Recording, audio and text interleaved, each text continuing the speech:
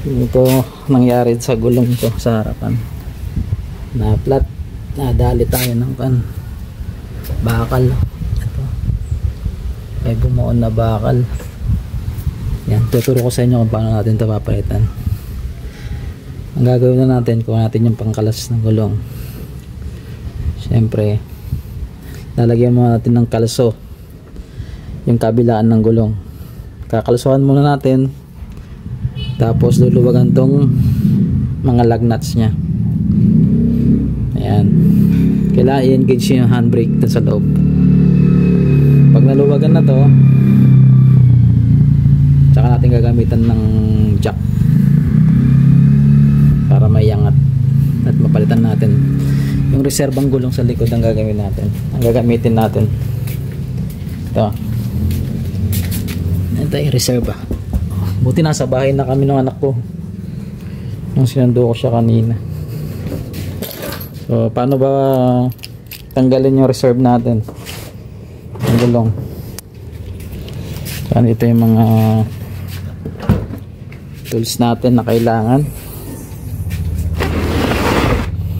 Ito nakalagay rito.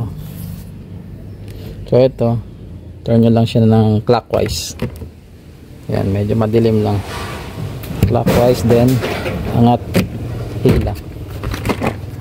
Yan, hindi sa compartment ng tools. Yan. Tapos ito yung hydraulic jack na kasama. Gamitin natin.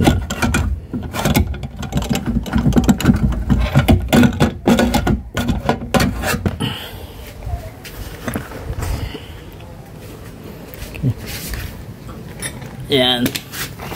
So dito sa pambaklas ng reserbang gulong,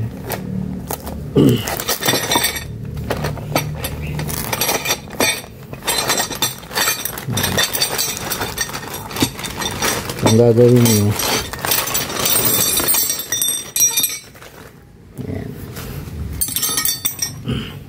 yan, tatlo yan eh. So pagdudugtog-dugtugan nyo lang yan. Ito, yan. Magkakadugtong na yan, dito nyo siya ilalagay. Lulusot nyo siya rito. Pag nailusot nyo na dyan, meron yung pinaka slot na sakto to, itong hook na to. Tsaka nyo naman gagamitan ito ngayon para madali nyong iikot. Ito, lalagay nyo rito. Okay,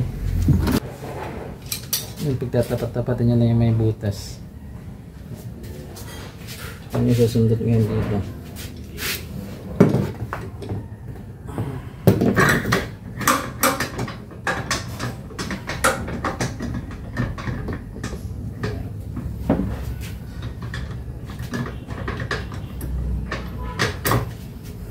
Yung dalawa lang.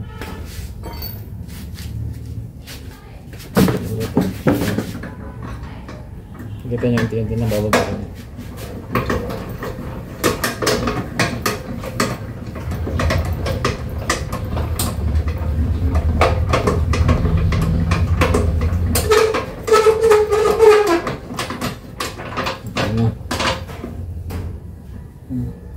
Bababa na.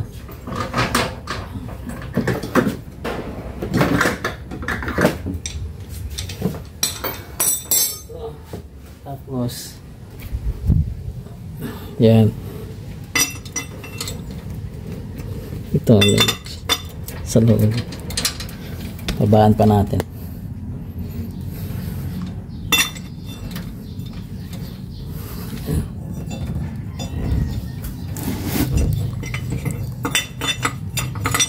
Taas, tayo nyo sa taas.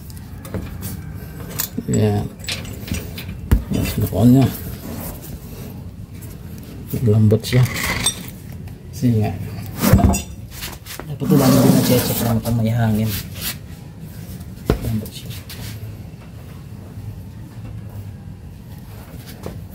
Bababaan muna natin.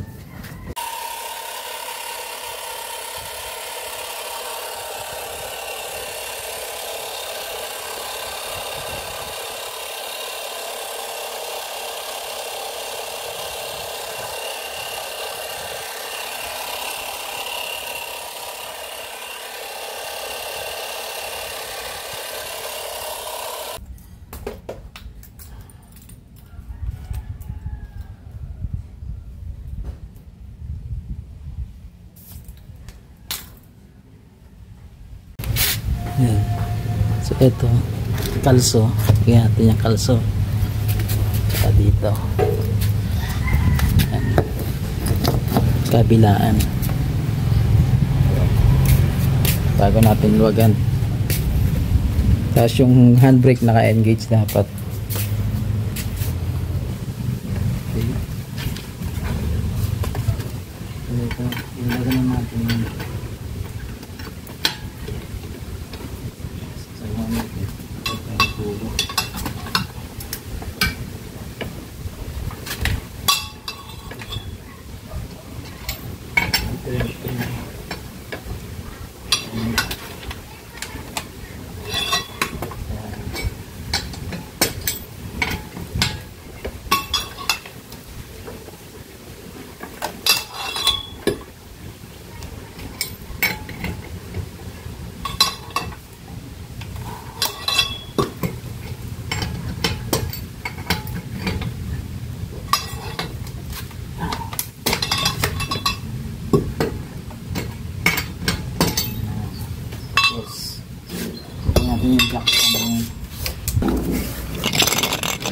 ito pwede rito kasi itong pinaka chassis nya yan dito pwede rin dito yung chassis na yan yan tatapat nyo lang siya rito sa gitna dito solid to na bakal huwag dun sa pinag-weldingan nito dito sa gitna nito kabilaan na may welding yan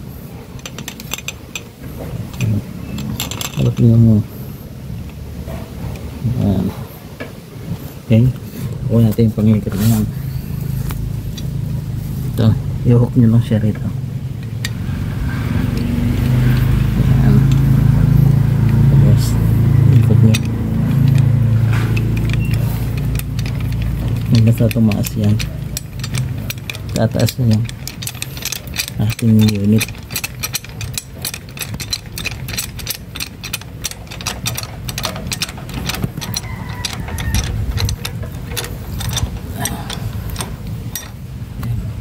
Dalawang kamay natin.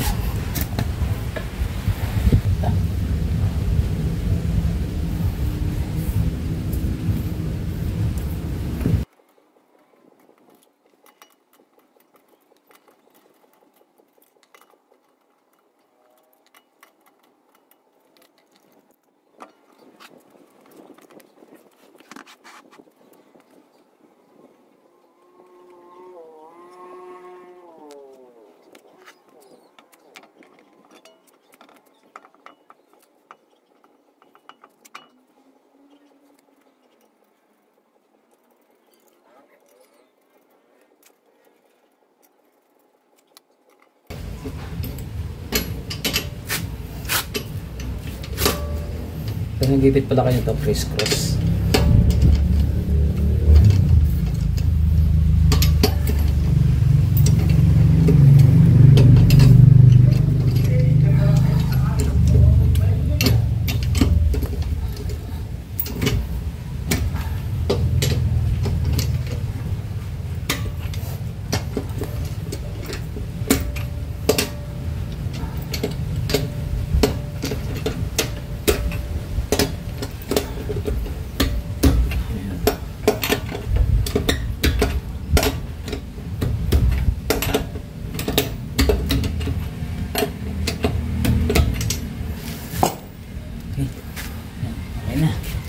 Pababa na natin. Okay na.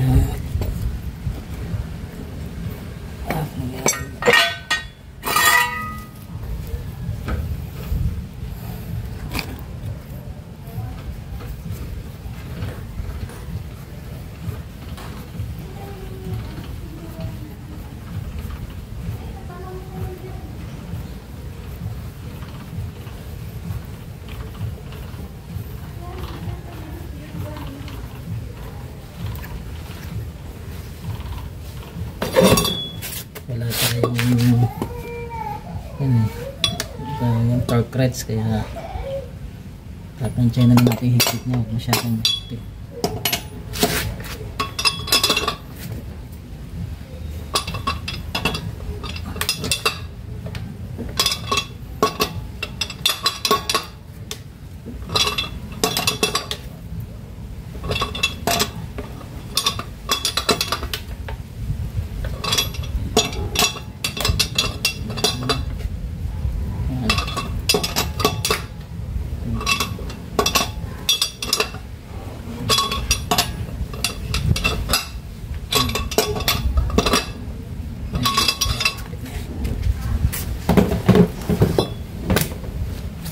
Hanap natin.